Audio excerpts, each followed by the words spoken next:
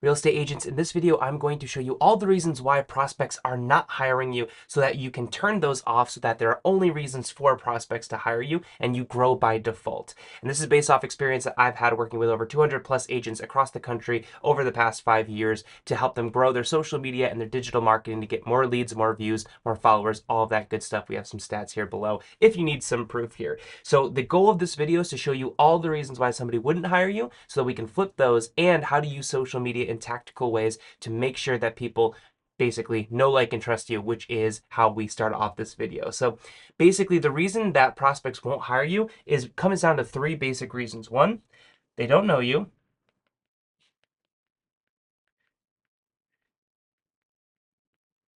Or they don't trust you. Um, and then you can kind of put, that's kind of number three. And you can kind of put number two in here is that they don't like you. Now, liking you kind of comes from default. If they trust you, then they're generally going to like you. Um, but these are the main reasons why people will not hire a real estate agent. Because at the end of the day, I've talked to tons of agents that are like, man, I've seen like people hiring their cousin or their uncle, or there's a lead that I've been talking to for years maybe, and they ended up just listing with their friend or their cousin. Well, there's a reason why they're doing that, right? It doesn't help us to just say, oh, it doesn't make sense, I guess they're an idiot, right? It's like, okay, well, if that's the case, then we're not gonna work with a lot of people because a lot of people end up listing with their cousin or their uncle or their dad or their mom or their whatever it might be, even though that person might not be the most qualified agent. So what that tells us is that we have an error in our understanding of what goes into somebody choosing when to hire an agent. And this is very evident because if you look at most social media for real estate agents out there, people are just simply posting like, oh, top listing or just sold or just whatever. And it's all of this advertising, but there's no value, right? There's no trust. And now because of the way algorithms are, that's why you're not getting any views, because there's no reason for somebody to view that, right? Other than maybe a few other agents or your mom or somebody who's supporting you. So we know that there's a misunderstanding of what makes it for a good hire, what makes you a compelling real estate agent for somebody to hire them, because there's a disconnect here, right? So when somebody hires their brother or their mom or whatever it might be, well, guess what? They know them, obviously, they like them, and of course, they trust them. Right? There's a reason that they're hiring that person. So ultimately, what it really comes down to is they know that they need to buy or sell a home.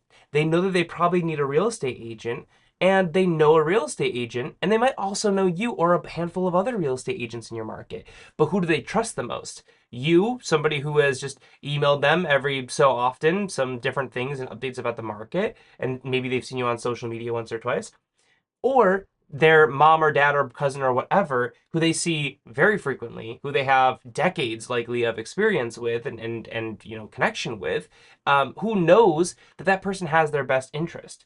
That shows us that really what it comes down to is that trust factor is way more important than the experience factor. So when we say trust, we're not talking about trust that like they're the most educated or the most experienced agent in the world. People are hiring real estate agents because they trust that they have their best interest at heart. And that comes from having a relationship.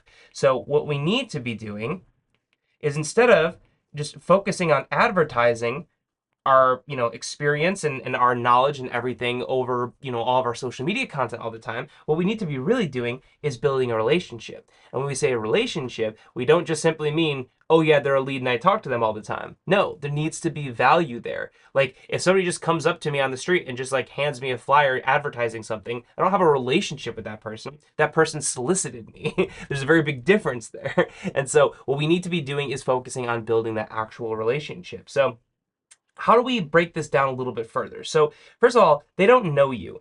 The really big thing that actually a lot of agents just get like hung up on is that they think they're way more visible than they really are. So let me explain this to you really quick.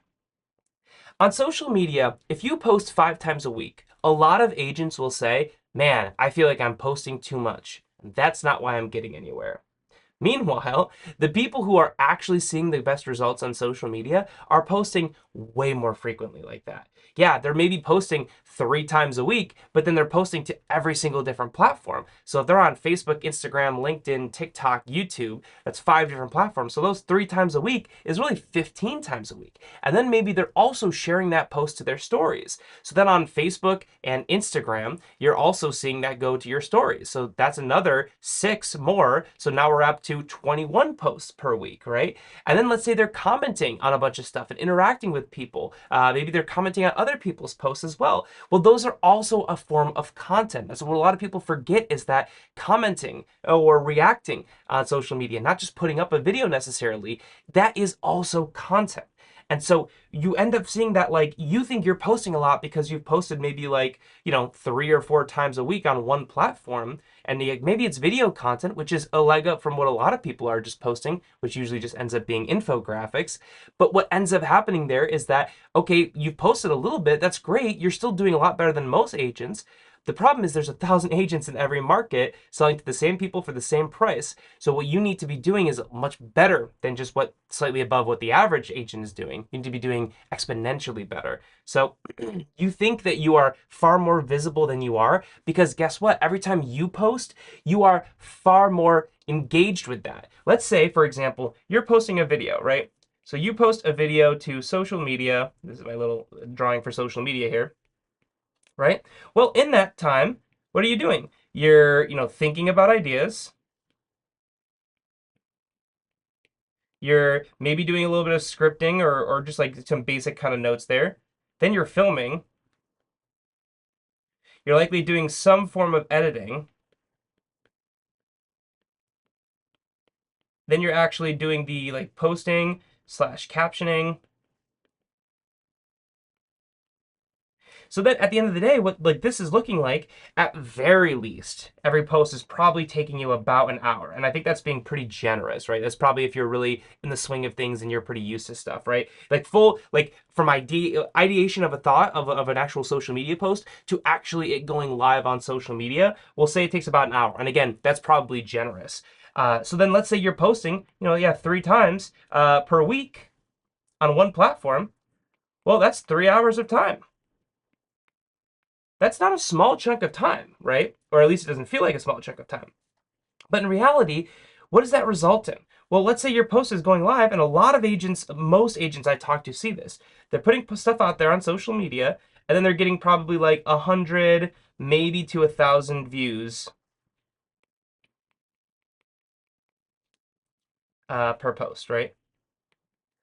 Well, in reality, it's like, okay, well, we know that like 100 of those are going to be like your friends and whatnot who probably engage with you on a frequent basis, like friends or relatives or whatever that might be, right? And then 1,000, like, that's not bad. I don't want to like, view shame anybody here. But in reality, like, think about like what this actually means. It means like you showed up for a small instance of time on somebody's feed once, right? Maybe twice, because sometimes you'll reach people a couple different times if they're really engaged, right? But in reality, what's happening is that like, you put 3 hours into this post, right?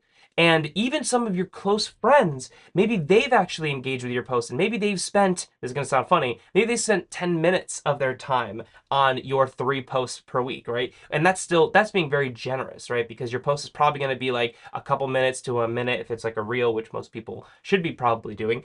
But what's really happening is that you've spent 3 hours, right? You spent 3 hours. Your close friends, like I'll say your circle, your really close circle. So that's not like your leads. That's like the people you engage with like once a month at least. They spend probably 10 minutes. And then actual like, people that you're trying to get in front of, like your actual avatar, like new leads and whatnot, those people have spent probably 0 to 1 minute of time on your content. So for 3 hours of your time, you're getting strangers, like people who you're actually trying to branch out to, maybe spent a minute of their time on your post, right? And that will, of course, fluctuate on the degree of your post and all that kind of stuff. So what's happening is that you spend all this time. You're like, man, I'm working so hard on this. Like 3 hours, like a week. That's a decent chunk of time. Like I should be getting more than like people who I'm trying to target seeing like, spending a minute thinking about me. But in reality, what you're doing is you're failing in your strategy because you're not considering what everybody else in your market is doing.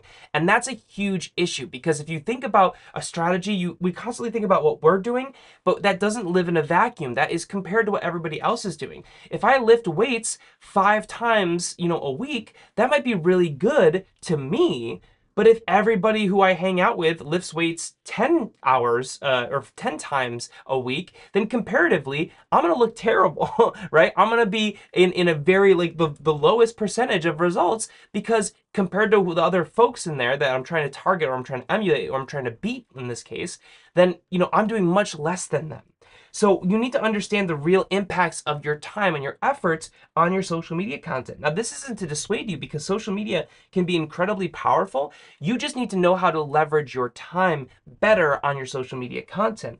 And when you're putting out this much time and effort, you need to be getting a good result from that. So when you're actually doing this, you need to find basically other ways to engage with your audience. And this is what we're going to talk about a little bit with building trust and whatnot. But they don't know you first and foremost because you're spending this time and you think you're getting a big result, but you're really not at the end of the day. That's why what you're doing is more important than how much of it you are doing.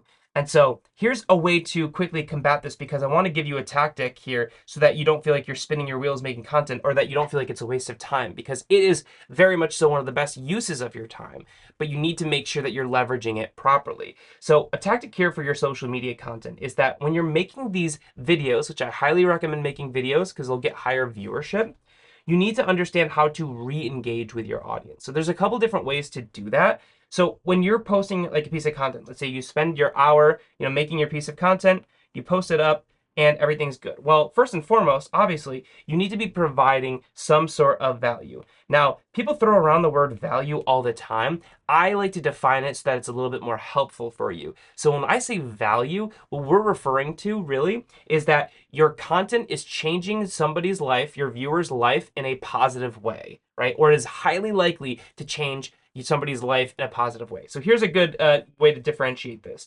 If I'm just posting out a piece of content, there's a difference between information and transformation, right? Transformation actually means somebody's life is changing, which is our goal. Information is simply just data without content or purpose or really necessarily the likelihood that that's going to help somebody. So if I'm putting out a social media post and I just say, hey, here are the updated interest rates. This is going to affect housing prices dramatically. And it's going to raise some prices or it's going to lower prices or whatever, right? That's my post. A lot of agents would make a video about that and they think, wow, I've done a great job. This is awesome.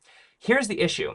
If I actually am a buyer or seller in your market and I care about interest rates whatsoever, which I probably will if I'm like a soon-to-be buyer or seller, I'm just gonna Google that. I'm gonna really quickly find like a article or the AI script that's gonna tell me, oh, interest rates went up like 0.5 point today or this week. That's gonna affect rates by this much. Cool, I have everything I need there. So your post isn't providing anything that I won't be able to search up much quicker and much more efficiently on my own as soon as it becomes relevant to me. So that's not a valuable post. That's not something that provides value in my life. It provides information, but not necessarily value. Now here's the difference. If you go in there and say, hey guys, interest rates have just increased 0.5%, and in this market specifically, here's what that's going to look like. In past years, what we've seen is that when interest rates go up, our market's actually a little bit more sluggish because we have a little bit less inventory. So it's not necessarily going to decrease prices as much as you might think or as much as the national average. Here's a really good tactic to take advantage of this before this really starts to play into the market. If you're thinking about buying or selling, or you have been for a little bit, here are some things that you want to do immediately. Also, here are some resources to make sure that if you're, let's say, selling your home or let's say you're buying a home, you can get pre-approved through this lender that I highly recommend. I've worked with them for years. They're really helpful. And by doing all of this, you're giving context, you're making it more accurate to their specific life, and you're giving them next steps so that they can actually take advantage or be quicker to do whatever they need to do to make sure that this doesn't affect them negatively or actually improve their life because you're giving them a roadmap of, here's what's happening, here's why it matters, and here's what you can do about it. And by doing it like that, you provide way more value than what they can just simply Google search, right? That would take a lot longer for them to find, and they might not even know to ask those things. It's the unknown unknowns that are actually tricky for people when they don't understand an industry. And you, as an industry expert, can provide that because you know you've had this conversation with buyers or sellers all the time for years, however long you've been being an agent. So you understand the issues that people are going to run into, and you can make that put that into your content, position it in a way that you can answer the question before they even realize that that was a good question to ask. And that's how you can make content that's valuable, because it's likely to transform their life, help them avoid pitfalls, or help them get the best deal, even though they didn't know to actually ask that thing. That is a version of valuable content. And so when you do that, and it actually provides value, you might not go viral here, because we're not trying to just get the most views under the sun. We're trying to get quality views from the right audience. And so that is how you can actually provide, transformation in somebody's life. And because it's so, if I can spell transformation, and because it is so niche, you're going to really get in front of the audience that's going to actually value that, because algorithms will not push out your content to people who are not interested, by the way. That's why when you put out content and nobody views it, it's because nobody was interested. So that's always a good sign to see, okay, well, my content needs some help there. So that tactic is going to actually help you get a lot more bang for your buck when you're making your content. Also, of course, post to all platforms. Now, if you don't have an actual like social media manager, sorry, it's hard to talk and write at the same time. But if you don't have a social media manager, what this is a tool that will let you to post to multiple platforms at once. Highly, highly recommend it. It's a great way to leverage your time better, so that when you're posting, you just post once, it can go to all different platforms at the same time. They also have a bunch of other features too. There's a lot of them out there, like Buffer or Hootsuite or whatever. If you want one that actually integrates really well and can operate as a CRM for you, I have a link down below to the white label one we've built out of High Level.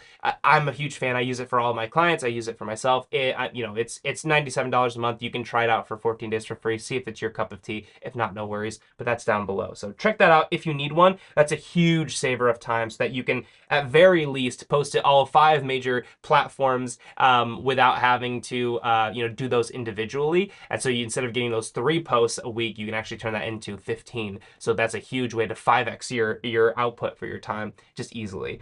And of course, it replaces a lot of other tools too. So you want to make sure you're actually making valuable content, post to all platforms,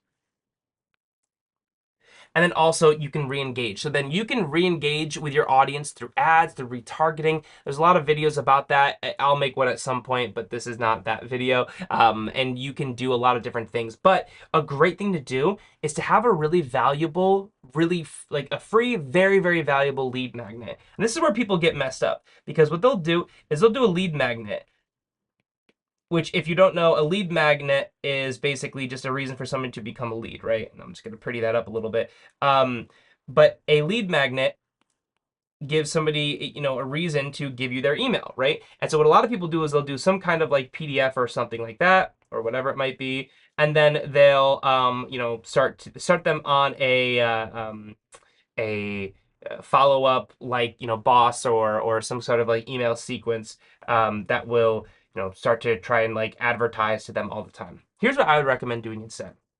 Instead, have a lead magnet. Make sure that the lead magnet is like super good, right? So just like a ton of value up front, because think about it this way. This is your first impression to a lot of people, right? If you're putting out something, if you're advertising it and you're giving something away for free, that's given an excuse to get their email. Like, we say free, but it's not free, because it's going to take their time and it's going to take their information, which people know what that means. They know that you're going to be solicited from you. So make this super, super good, well worth, whatever it is, like a free course, like a free, like 6-hour course on like how to sell their home themselves or something. That's a huge benefit, a huge thing to get for free. And then, so, deliver it, obviously. And I would just have this be an automated thing, built into your sequence or whatever it might be. By the way, that tool I just mentioned before, that we have a link down below, you can build out automations that way to do it for you if you don't have another tool that does it, just so you're aware. Deliver it like automatically. And then your sequence here, this should be a sequence of valuable content. So when somebody becomes an actual lead, you can actually do what's called, well, number one, you can just have their email, deliver whatever the thing is you're going to deliver them via email. And then that email, you can send them frequently updates from your content. So if you're making like more long form YouTube videos, this is great for this. Just email them like 3 times a week with a like a mini like email written out, nothing fancy, no crazy templates, just straight up text. Make it very very legible, very easy to read, and try to avoid like overly hyped up like real estate jargon. And then literally just post that 3 times a week with a link to like a YouTube video where you're diving deeper in there. Because what that's doing is it's starting to get people to watch your content more frequently. They are interested in whatever. You send them a course, which a course is great, by the way, because if it's a 6-hour course, then you're getting more time in front of them, right? You're building a relationship, and you only have to build that course once, and you can start to do that at a mass level. And then you can start to send them over and over again all of these different emails that send them to the other content that you're making, or constantly keeping them up to date with all of your content. And what that's doing is it's creating this like crazy like sequence between social and your email. Basically, you get a lead magnet into your to your email, and then you basically email them links back to your social, in this case like long form YouTube. And then you kind of do that again because you're going to follow up with another email, and then you're going to constantly go back there. And you can also multiply this by having other forms of lead magnets too, and just keep giving people more value for free and get their email. If they already have it, that's your email. If you already have their email, that's totally fine. It doesn't really matter, because the point is to provide value. And over again, you are showing up. And what does this emulate? This emulates showing up to somebody's door and making a relationship with them, just like their cousin or their uncle or their brother or their mother or whatever have with them. So what you're doing is you're leveraging your time in a way that you can make content and constantly push it back out to those same people at a massive scale. Think about if you have 100 people here. Like if you had 100 people in this email list that are all decent leads, which doesn't sound like a crazy email list, but you're constantly engaging with them with high value content, one, it's going to increase open rates because you're training them to get a lot of value out of you every time you put something out there.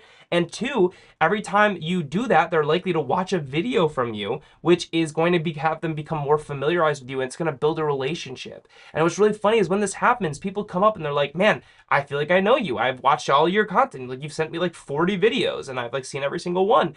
And you've never actually really met them. So what it's doing is building a one-sided relationship at scale with your audience so that you can beat out the people who they know, like, and trust a lot better. And by the way, I kind of like flew through this, but if you're doing this over and over again, as long as you're actually providing value, because this is huge, you can't just make bad content and expect this to work well. Because if you make bad content, you'll be known. Like this cycle will still work to get you known, but it won't get you work to actually get you liked or trusted. And at the end of the day, that's going to be big too, because if you're just known, they're still going to end up working with the person that they know and they trust, ergo their family member or friend or whatever. So you need to have value content to actually build that trust in there, so that it feels so outsized in terms of like their return on giving you their email, that they're like, man, I gave this person my email and they made my life so much better. What's going to happen if they actually represent me as an agent? Like, it's going to be insane. Like, that's all I know from them, is to expect awesome quality content. That's how I'm going to frame it. And what's really cool is that we can control that full relationship. Whereas like the brother or the mother or whatever, there's going to be some things in their past that they don't like, right? So we can actually have a better relationship as it pertains to real estate than they have with their relative if you do this correctly. But that all comes back down to value. So at the end of the day, if you put out more content and you leverage your time appropriately, you're going to get people to actually know you, which gets rid of the reason that they wouldn't hire you because they don't know you, right? If you constantly show up with value and you make their life better from that content, it's not just informative, but it's transformative, that is how you can get them to like you. And if you do that long enough, and you constantly show up and all they ever know from you is just high value, making my life better through content, and every single time I do something for them, like give them my email, they come back tenfold, guess what? They're going to trust you. And in all that time, you're going to obviously showcase your experience as an amazing real estate agent who knows what they're talking about, which is a leg up over the relative or whatever that they could hire. So at the end of the day, what you end up doing is you build a stronger relationship. They know you, they like you, and they might trust you as it pertains to real estate better than they actually trust that relative. And ultimately, you get rid of all the reasons why prospects won't hire you, and so they only have reasons to hire you. So guys, I hope that was helpful. I'll see you in the next video.